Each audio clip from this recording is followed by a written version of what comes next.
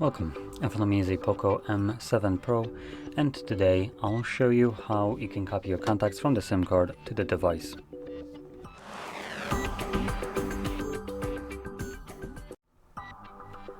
So to get started, you'll want to open up your standalone contacts application, like this one right here. Next, navigate to Organize and then scroll down and you'll find Manage SIM option. Click on it. This will automatically try to import contacts to your Google account if there is one signed in. If there isn't, it's going to stick with the other option, which is the device. So you also won't see this option whatsoever if the device is the only import option.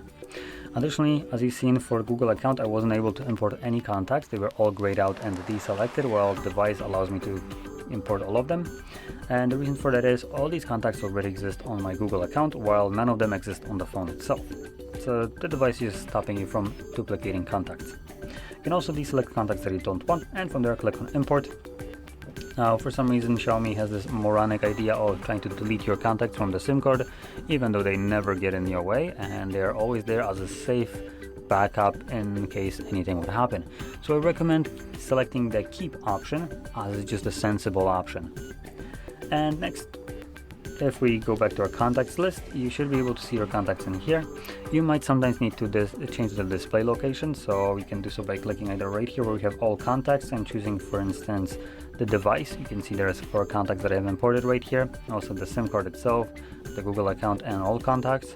And sometimes you might see these options be right here where I have a T.